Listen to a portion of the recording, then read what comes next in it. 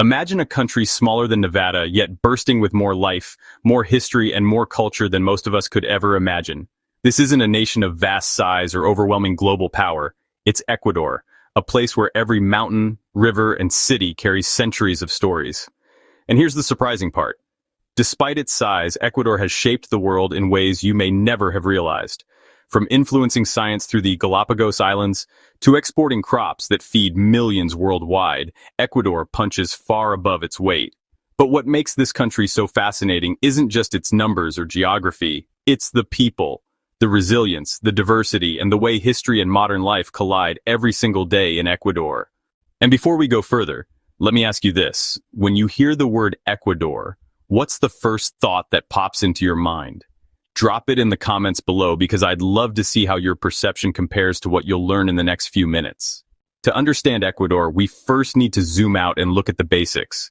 Ecuador has a population of around 10.5 million people. That's roughly the same as the state of Georgia in the US, but squeezed into a country slightly smaller than Nevada.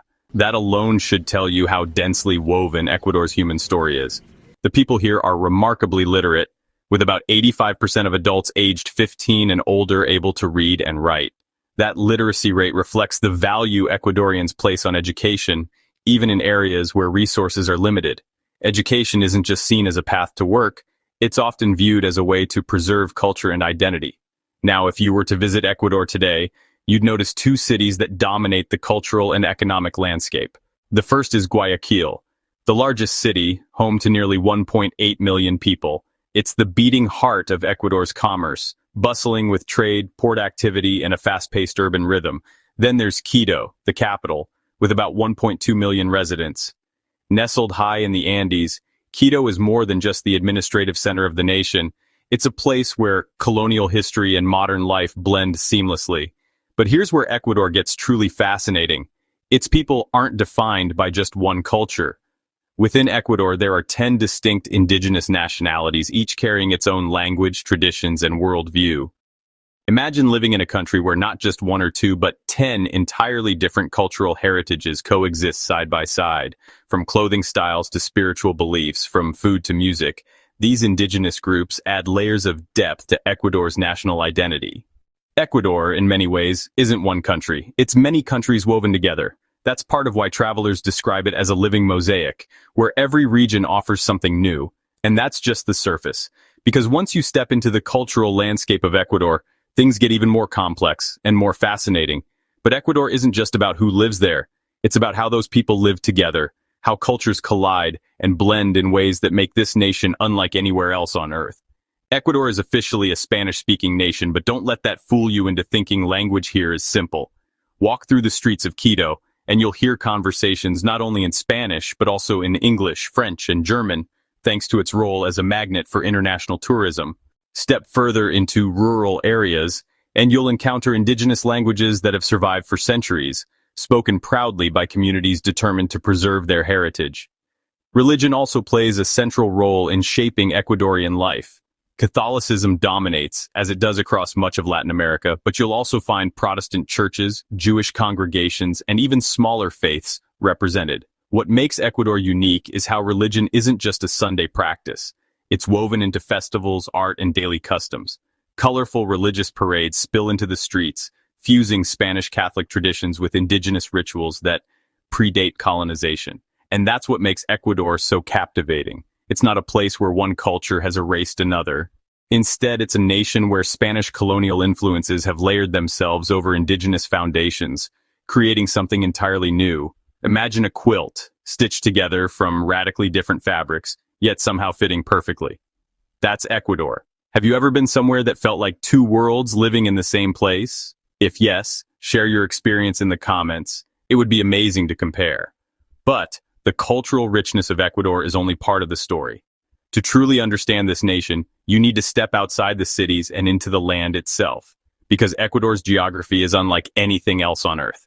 Ecuador might be small on the map, but it contains one of the most diverse ranges of landscapes in the world. In a single country, you can move from dense Amazonian jungle to snow-capped Andean peaks, and then down to a breezy Pacific coastline, all within a day's drive. Over half of Ecuador is covered in forests, teeming with life. The Amazon basin on Ecuador's eastern side feels almost primeval, a green labyrinth alive with species still being discovered. The central highlands are dominated by the Andes, where towering volcanoes like Cotopaxi and Chimborazo pierce the skies. Then there's the coast, lined with fishing villages and bustling ports, where the ocean provides not only food but also identity. And then, of course, there are the Galapagos Islands, Ecuador's crown jewel. Just about 10,000 people live there, but their home is surrounded by some of the most unique wildlife on the planet. Giant tortoises lumber across the land, blue-footed boobies dance on the rocks, and sea lions sprawl lazily along the shores. It was here that Charles Darwin developed his groundbreaking theory of evolution, proving that Ecuador's significance extends far beyond its borders. Think about that for a moment. A country smaller than Nevada gave rise to ideas that forever changed how humanity understands life itself. That's the kind of impact Ecuador has had on the world. If you could visit just one of Ecuador's landscapes, the Amazon, the Andes, the coast, or the Galapagos, which one would you pick first? Let me know in the comments. I'm curious to see which one wins. But Ecuador's beauty and diversity also come with a complicated history. Because for every breathtaking landscape, there's a story of conquest, resistance, and survival etched into the land. And that story begins almost 500 years ago when the first Spanish ships appeared on Ecuador's shores. Ecuador's story took a dramatic turn in the early 1500s when Europeans first set their sights on its shores. In 1526, a Spanish pilot named Bartolomé Ruiz became the first European to land on the coast of what is now Ecuador. At the time, the land was home to thriving indigenous civilizations, communities who had lived off the fertile valleys and rugged mountains for generations. But within just a few years, everything would change. In 1532, Francisco Pizarro and his band of conquistadors invaded the region, backed by the Spanish crown. Armed with steel weapons, horses, and the element of surprise, they quickly overwhelmed indigenous resistance. What followed was not just conquest, it was transformation. Lands were seized, people were enslaved, and entire cultures were forced to adapt to a new colonial order. 2 years after the invasion, Pizarro tightened control over the territory. Acting in the name of Spain, he appointed his brother Gonzalo Pizarro as governor of Quito on December 1st, 1540. But the story didn't end there. Just months later, Francisco Pizarro himself was assassinated, sparking chaos. Gonzalo seized power, rallying his forces in open defiance of the Spanish crown. For a few brief years, Gonzalo Pizarro ruled independently, challenging the empire that had given him authority. His rebellion came to a bloody end in 1548, when crown forces crushed his army at Jaguana. Gonzalo was executed, and Spain reasserted control. This moment set the tone for Ecuador's history, a cycle of conquest, rebellion, and resilience. Even centuries later, the echoes of these battles shaped the way Ecuadorians see their nation. It's a story not just of defeat, but of survival. History fans, if you lived in 1540s Ecuador, would you have supported Gonzalo's rebellion or stayed loyal to Spain? Drop your answer in the comments. If history gave Ecuador wounds, the land gave it medicine. Agriculture became the lifeline of the people, and over time, Ecuador turned its soil and waters into sources of survival, and eventually prosperity. Today, Ecuador is one of the world's largest exporters of bananas. In fact, if you've eaten a banana in the past week, there's a good chance it came from Ecuador. Coffee and cocoa also dominate its agricultural exports, alongside shrimp, tuna, and canned tropical fruits. These goods don't just sustain Ecuador's economy, they connect its people to millions of households around the world. But it isn't only about what Ecuador sends out. For everyday Ecuadorians, farming is often deeply personal. Families grow food not just to sell, but also to sustain themselves. You'll find small farms producing maize, potatoes, and plantains, all staples of the local diet. Agriculture here isn't simply business, it's tradition, passed down through generations. And yet, dependence on farming has also been a challenge. Global markets rise and fall, and so do the fortunes of Ecuadorian farmers. When banana prices crash, entire regions feel the pain. It's a constant balancing act, finding stability in a world that rarely offers it. But what Ecuador produces at home is only half the picture. The other half is what it imports and what lies beneath its soil. Because once you look at Ecuador's mineral wealth, you begin to see a nation caught between opportunity and exploitation. While Ecuador's farms and fisheries fuel its economy, the country also leans heavily on imports to keep modern life running.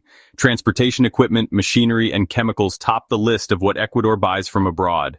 These imports aren't luxuries, they're necessities, supporting industries from farming to construction to healthcare. But Ecuador's real economic wildcard lies beneath the ground. The nation is rich in natural resources, with petroleum standing as the backbone of its economy. Oil exports have long been Ecuador's single largest source of income, shaping both its prosperity and its political challenges. Alongside oil, the country boasts deposits of gold, silver, lead, zinc, copper, coal, and sulfur. On paper, Ecuador should be one of the wealthiest nations in South America. The reality, though, is more complicated. Resource wealth often comes with a curse. For Ecuador, that curse has shown itself in environmental destruction, political corruption, and social tension. Oil extraction in the Amazon has sparked protests, with indigenous groups fighting to protect their land and water. Mining projects promise jobs and income, but at the cost of forests and rivers that local communities rely on. So the question becomes, does Ecuador's natural wealth serve its people, or does it serve outsiders and corporations? The answer isn't simple. For every barrel of oil that boosts Ecuador's GDP, there's a family in the Amazon losing access to clean water. For every gold mine that fills government coffers, there's an indigenous community forced to fight for survival. What do you think? Do resource-rich countries actually benefit from their own natural wealth, or do outsiders profit more? I'd love to hear your thoughts in the comments. To navigate these challenges, Ecuador has a government that looks on the surface a lot like that of the United States. The nation is divided into 21 provinces, each with its own local authority. At the national level, there are three main branches: an executive office led by the president, a legislative office that passes laws, and a judicial office that interprets them. In theory, this system provides balance. In practice, Ecuador has faced decades of political instability. Leadership changes, protests, and economic struggles have tested the government's ability to maintain stability. Presidents have been overthrown, new constitutions have been written, and waves of reform have reshaped the country again and again. Yet, through all this turbulence, Ecuadorians remain remarkably resilient. Politics may shift, but daily life goes on. Families continue to farm, children go to school, and communities celebrate traditions that have lasted for centuries. What makes Ecuador's system distinct is how democracy and indigenous voices often collide. In recent years, indigenous groups have become powerful political forces, organizing massive protests and influencing national policies. Their demands often focus on protecting land, culture, and natural resources from exploitation. This tension between modern governance and ancient traditions gives Ecuador a unique political identity. And yet, beyond governments and resources, what truly defines Ecuador isn't found in parliament halls or oil wells. It's found in the spirit of its people.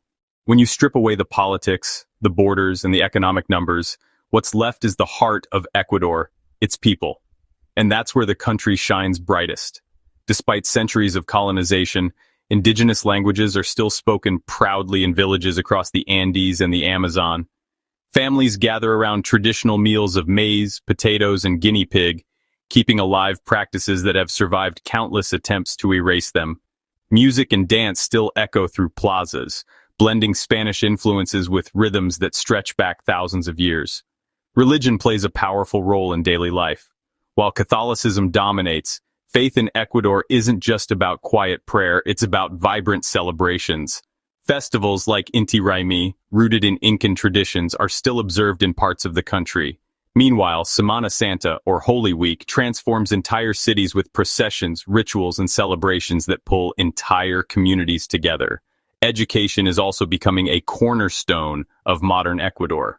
With literacy rates improving and universities expanding, young Ecuadorians are more connected to the wider world than ever before. Tourism has also opened new doors, giving communities a chance to share their culture with outsiders while earning income to support local economies. But perhaps what stands out most is Ecuadorians' sense of resilience. From farmers who work unforgiving land, to indigenous leaders fighting to protect their rights, to city dwellers navigating economic uncertainty, the people of Ecuador embody determination. They are proud of their heritage, protective of their environment, and fiercely committed to building a future that doesn't erase their past. If you were to visit Ecuador, what would you explore first? The bustling cities, the untouched Amazon, or the legendary Galapagos Islands? Comment your choice. I'm curious which one would win. It's easy to overlook small countries on the world map, but Ecuador is proof that size doesn't equal significance. This tiny nation has shaped the world in ways both visible and invisible.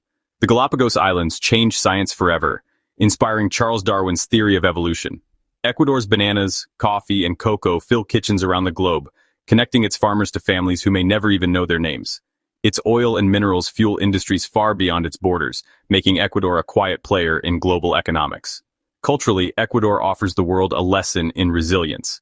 Despite centuries of conquest, poverty, and political turmoil, it remains a country where diversity thrives. 10 indigenous nationalities continue to protect their heritage. Catholic traditions blend with ancient rituals. Spanish, indigenous, and global influences coexist in cities that never stop evolving. And then there's the land itself, a country where biodiversity is so extreme that scientists call it one of the most mega-diverse nations on Earth. Few places can boast of housing Amazon jungles, Andean peaks, Pacific beaches, and volcanic islands within a single border. Ecuador isn't just a country, it's a world in miniature. So what does Ecuador teach us? That small doesn't mean weak. That diversity is strength. That resilience can define a people more than wealth or power. If you learned something new about Ecuador today, hit that like button and subscribe so you don't miss more deep dives into fascinating corners of the world. And let me know in the comments, what surprised you the most about Ecuador's story?